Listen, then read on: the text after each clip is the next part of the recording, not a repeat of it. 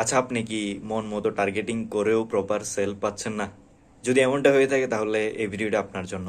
কারণ আমরা বেশিরভাগ সময়ই অ্যাড চালানোর সময় যে এই ভুলটা করে থাকি সেটা হচ্ছে অ্যাড ক্রিয়েটিভে। অ্যাড ক্রিয়েটিভ বলতে আমি আজকে কথা বলবো হচ্ছে ইমেজ অ্যাড নিয়ে। অর্থাৎ আমরা ইমেজ ডিজাইনে যেসব ভুল করে থাকি, যেসব ভুলের কারণে আমরা প্রপার টার্গেটিং করার পরেও মন মতো রেজাল্ট পাই না, সেসব নিয়ে কথা বলবো। কোন কোন ভুলগুলো এড়িয়ে চললে আমরা আমাদের অ্যাড পারফরমেন্সটাকে আরও বাড়াইতে পারবো, সেসব নিয়ে কথা বলবো। তো শেষ পর্যন্ত দেখবেন। চলুন শুরু করা যাক। প্রথমেই আমি আপনাদেরকে যেই উপদেশটা দিব সেটা হলো, সবসময় চেষ্টা করবেন আপনার ডিজাইনটা যতটা পারা যায় সিম্পল রাখার জন্য। এবং সিম্পল রাখার ফলে যেই কাজটা হবে সেটা হচ্ছে আপনার অডিয়েন্স আপনার মূল মেসেজটা খুব সহজে গ্র্যাব করতে পারবে। বেশিরভাগ সময় আমরা বাংলাদেশে বেশিরভাগ দেখা যায় বাংলাদেশি ক্লায়েন্টগুলো ডিজাইনারদেরকে যে প্যারাটা দেয় সেটা হচ্ছে ডিজাইনে অনেক বেশি ইনফরমেশন দিয়ে ভরায় ফেলে, ডিজাইনটাকে হিজিবিজি করে ফেলে।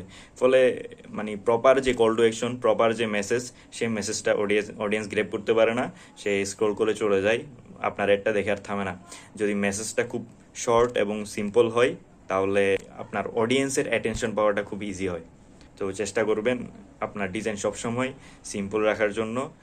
ডিজাইনের যে টেক্সটগুলো দিবেন আপনারা সবসময় চেষ্টা করবেন টেক্সটগুলো বোল্ড রাখার জন্য, যাতে একটা মানুষ স্ক্রল যখন করবে তখন তার অ্যাটেনশনটা যাতে ওই টেক্সট বা ওই আপনার ইমেজ অ্যাডটার মধ্যেই পড়ে। তো চেষ্টা করবেন টেক্সটটা একটু হাইলাইট করার জন্য, অর্থাৎ আপনার মূল যে মেসেজটা থাকবে ওই মেসেজটা যাতে হাইলাইট হয়। ডিজাইনে যদি কখনো কার্টুন টাইপের ইমেজ ইউজ করার দরকার পড়ে তাহলে এই জিনিসটা অ্যাভয়েড করার চেষ্টা করবেন। অর্থাৎ কার্টুন ইউজ না করে দরকার হলে আপনি রিয়েল ফেস ইউজ করতে পারেন, কারণ মানুষ সবচেয়ে বেশি কানেক্ট করতে পারে রিয়েল ফেসের সাথে। অর্থাৎ রিয়েল মানুষের সাথে মানুষের ছবি দেখলে মানুষ সবচেয়ে বেশি কানেক্ট করে। আর সবসময় চেষ্টা করবেন যে মানুষটার ছবি দিবেন ওই ছবিটা যাতে হাসি খুশি হয়, অর্থাৎ যাতে মানুষ আপনার সেই হ্যাপি ফেসটার সাথে, অর্থাৎ আপনার ডিজাইনের সেই হ্যাপি ফেসটার সাথে যাতে মানুষ ইমোশনালিও কানেক্ট হয়ে যেতে পারে। লাস্ট এবং মোস্ট ইম্পর্টেন্ট যে বিষয়টা সেটা হচ্ছে সবসময় ডিজাইনের মধ্যেই কল টু অ্যাকশন বাটনটা ইউজ করবেন, অর্থাৎ আপনার কল টু অ্যাকশনটা দিবেন। অর্থাৎ আপনার ডিজাইনটা বা আপনার অ্যাডটা দেখার পরে অডিয়েন্সের নেক্সট কাজ কী হবে সেটা আপনার অডিয়েন্সকে বলে দিতে হবে। অনেকে দেখা যায় ডিজাইনে কোনো ধরনের কল টু অ্যাকশন দেয় না, সে ক্যাপশনে দেয় কল টু অ্যাকশনগুলো। বাট এটা একটা খুব ভুল একটা কাজ।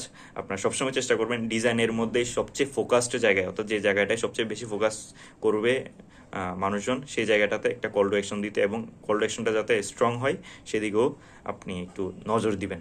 সো এই ছিল সিম্পল কিছু টিপস, যে টিপসগুলো আপনি কাজে লাগিয়ে আশা করি আপনার ডিজাইন সেন্সটাকে আরও বাড়াইতে পারবেন। অডিয়েন্স কী ডিজাইন দিলে অডিয়েন্স ভালোভাবে আপনার প্রোডাক্ট বা আপনার কোম্পানির সাথে কানেক্ট করতে পারবে। আশা করছি এই ভিডিওর মাধ্যমে কিছুটা হলেও ধারণা পেয়েছেন। পরবর্তীতে যখন এ ধরনের ডিজাইন করবেন, ক্রিয়েটিভ ডিজাইন করবেন, তখন আপনি করেন বা আপনার ডিজাইনারকে বলেন, তখন ডিজাইনারকে এই টাইপের জিনিসগুলো একটু বুঝিয়ে দিবেন ভালো করে। তাহলে আশা করি আপনার অ্যাডের রেজাল্ট অনেক অনেক গুণে বৃদ্ধি পাবে। তো ধন্যবাদ সবাইকে। আর ডিজিটাল মার্কেটিং রিলেটেড বিভিন্ন ধরনের আপডেট এবং বিভিন্ন ধরনের টিপস পেতে আপনি আমার পেজটাকে ফলো করে দিয়ে রাখতে পারেন। আর যদি ভালো লাগে তাহলে আপনি আপনার ফ্রেন্ডসদের সাথে শেয়ারও করতে পারেন।